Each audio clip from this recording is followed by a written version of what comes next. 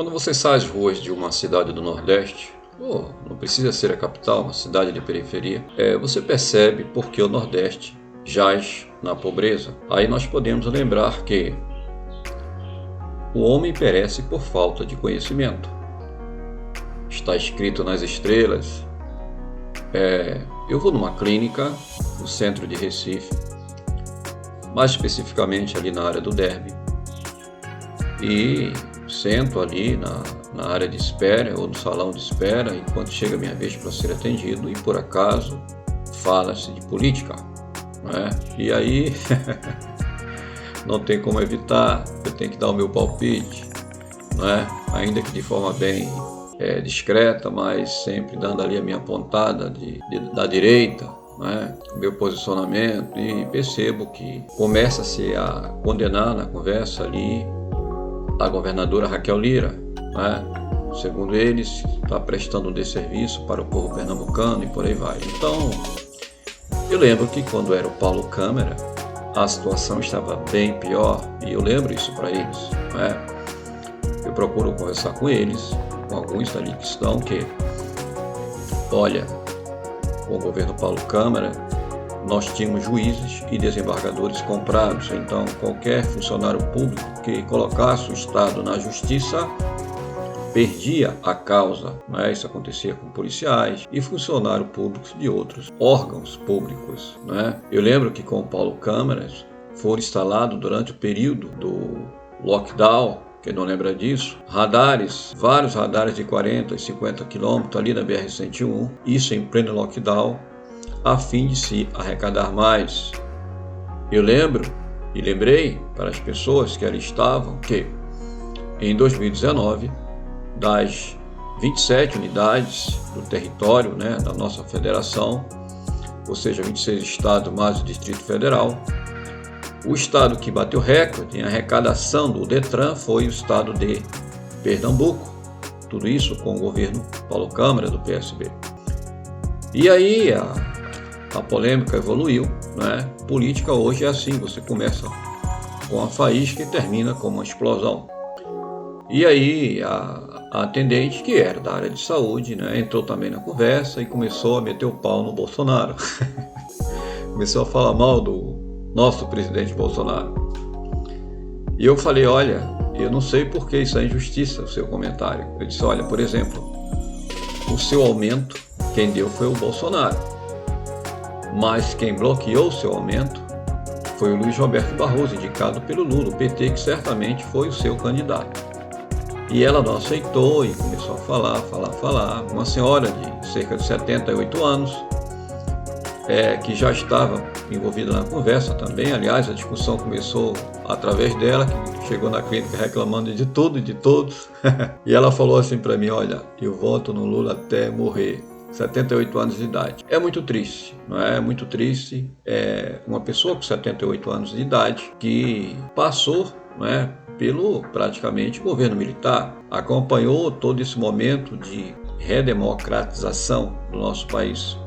Começou ali por meados de 84, 85, né, a saída do Figueiredo, a morte do Tancredo Neves, veio José Sarney e por aí vai, seguiu-se, né? Então ela acompanhou o primeiro, o segundo mandato do Lula e também o primeiro e o segundo mandato da Dilma Rousseff.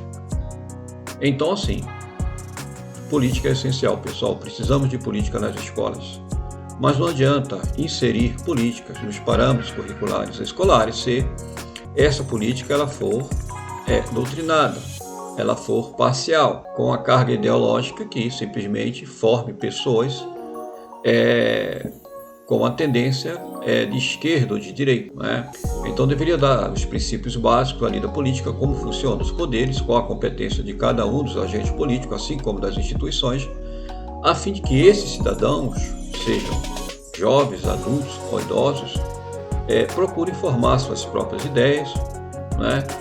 E procure, através de uma concepção com base numa informação sólida e transparente, consiga ser formado um cidadão de excelência, que possa dar a sua contribuição para o amadurecimento da nossa república, da nossa democracia. E na prática não é isso que acontece. Então ali praticamente 2 gerações, 3 gerações, porque a senhora que estava atendente, ela era na faixa dos 25 a 30 anos, com a mesma mentalidade. Né? Então, isto é resultado de quê, pessoal? É resultado, primeiro, da grande mídia. Né? Eu observo, e vocês já devem ter observado, que todas as clínicas médicas, eu digo 99%, o canal que fica ali na sala de espera, onde as pessoas aguardam, é a Rede Globo. É sempre a Rede Globo. Né? Pelo menos no Grande Recife, eu nunca vi no outro canal, sempre vejo na Rede Globo. Então, eu não sei a responsabilidade que tem os empresários da área de saúde e o comprometimento deles até onde vai com os governos de esquerda. Certamente eles ganham concessões para isso, talvez isenção, não sei. Eles faturam muito, né? E para eles seja mais interessante manter a população desprovida de conhecimento. Então, há uma orientação certamente para que o canal seja a Rede Globo. E ali vira a verdade absoluta na cabeça dos jovens, que amanhã viram adultos e posteriormente viram uma senhora de 78 anos, como estava aquela ali do meu lado, defendendo ali até os seus últimos dias o governo Lula. Então é isso. Para quem acompanhou o Mensalão, o Petrolão, que certamente ela não acompanhou, enquanto isso certamente estava distraída assistindo as novelas da Globo, provavelmente não teria este conceito, este pensamento de que Lula é o pai dos pobres. Portanto, a alienação na cabeça das pessoas fazem com que se tornem adultos mal formados politicamente e gere um estado de pobreza que impera em toda a nossa região Nordeste. Eu lembrei também durante a conversa que alguns estados da região Sul já havia movimentos de independência do restante do país, ou seja, uma espécie de manifesto pela emancipação, por exemplo, Rio Grande do Sul, Santa Catarina, Paraná e até São Paulo também. E aponto para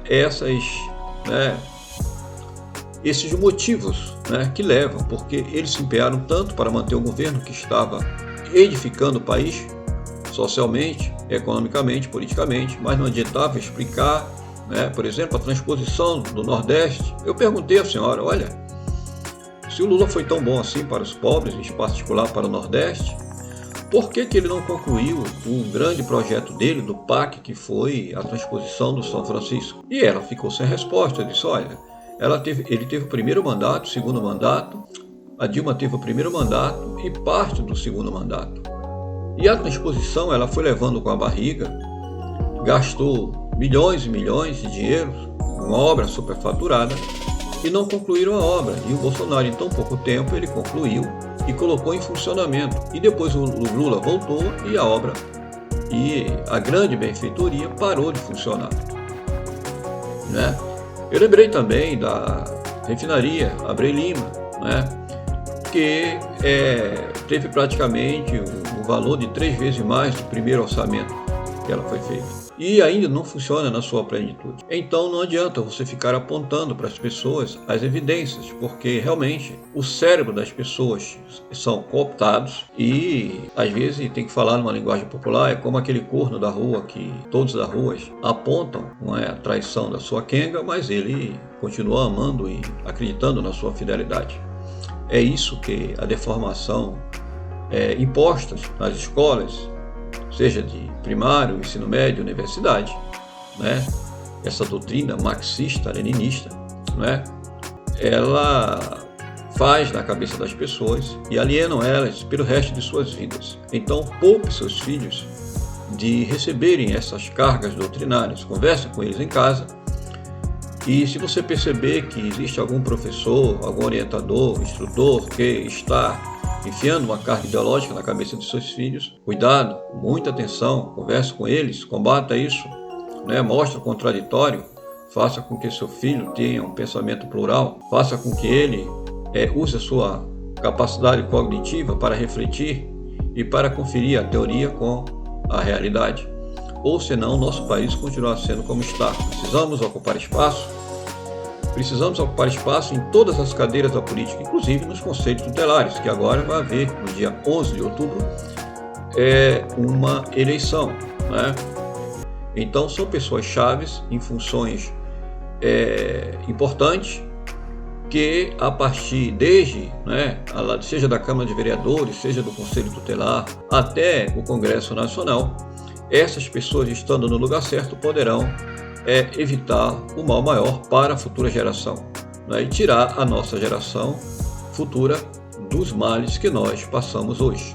Então é isso. Então vamos enfrentar esse tempo difícil de hoje para que nós possamos garantir um conforto para a futura geração e possamos gerar homens fortes, mas não só fortes fisicamente, forte intelectualmente, forte no seu patriotismo, no seu sentimento de nacionalismo, na sua vontade de defender o seu país, a sua pátria, na vontade de crescimento, e sair deste complexo de inferioridade que vive hoje o nosso país. Um forte abraço a todos.